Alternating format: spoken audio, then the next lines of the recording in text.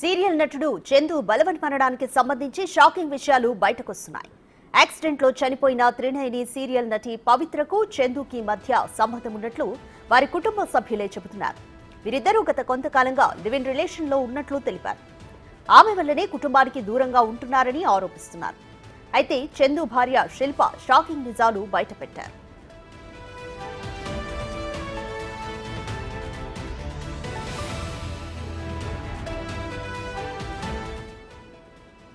తమ దాంపత్య జీవితం చాలా కాలం బాగానే ఉండేదని, ఎప్పుడైతే పవిత్ర ఎంటర్ అయ్యారో అప్పటి నుంచి గ్యాప్ స్టార్ట్ అయిందని శిల్ప అన్నారు. చందు తాను 4 ఏళ్ల నుంచి దూరంగా ఉంటున్నామని శిల్ప చెప్పారు. పిల్లలతోనే చందు కాంటాక్ట్ లో ఉండేవాడని, ఎప్పటికైనా నా మనసు మార్చుకుని ఇంటికొస్తారని అనుకున్నామని అన్నారు. నిన్న ఉదయం కాల్ చేసి మాట్లాడి ఇంటికొచ్చేయాలని బతిమాలినా రాలేదన్నారు.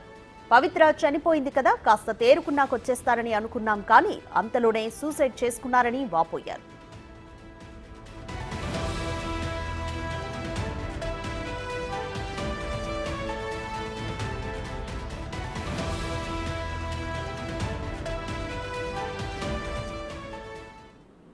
మాది 2015 నవంబర్ 29న మా మ్యారేజ్ అయ్యింది.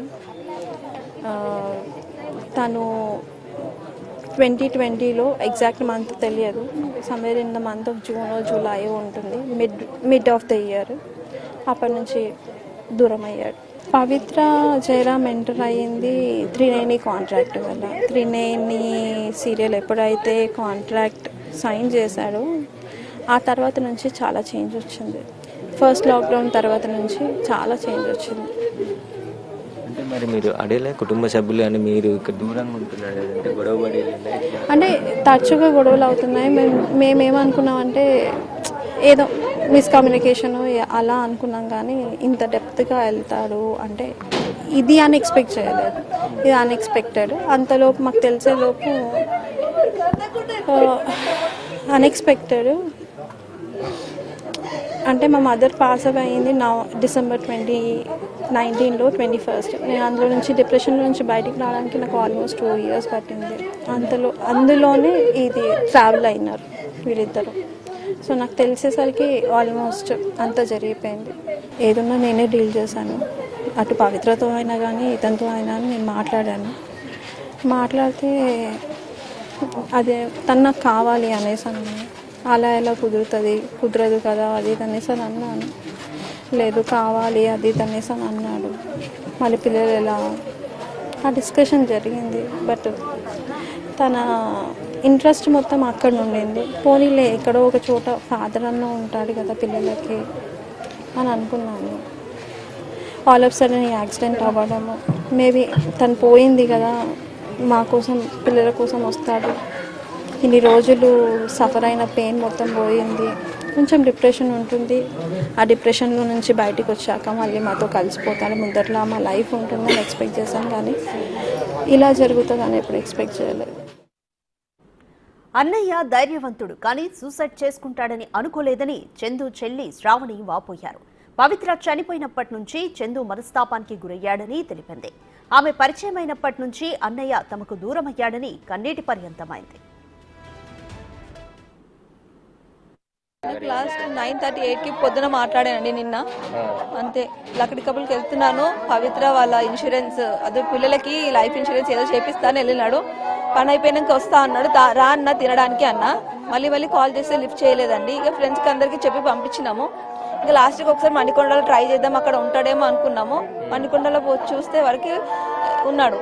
లోపల నుంచి గొల్లం పెట్టుకున్నాడు, డోర్ తీయట్లేదంట. అయితే డోర్ అలా కొట్టేసి లోపలికి వెళ్ళేసరికి సూసైడ్ చేసేసుకున్నాడు. ఆయన ఎప్పుడు చేసుకున్నాడో మేము పిల్లలు వెళ్ళేసరికి 5 అయింది.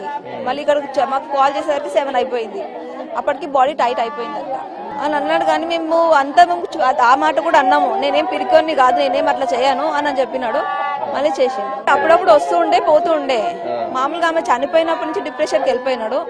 ఇక అంతే, హాస్పిటల్కి రమ్మంటే రాలేదు, మేము మాతో మాట్లాడలేదు, ఫేస్ టు ఫేస్ అస్సలు రాలేదు మాకు. అంతే, డిప్రెషన్కి వెళ్ళిపోయినాడు, ఆమె దగ్గరికి వెళ్ళిపోయినాడు.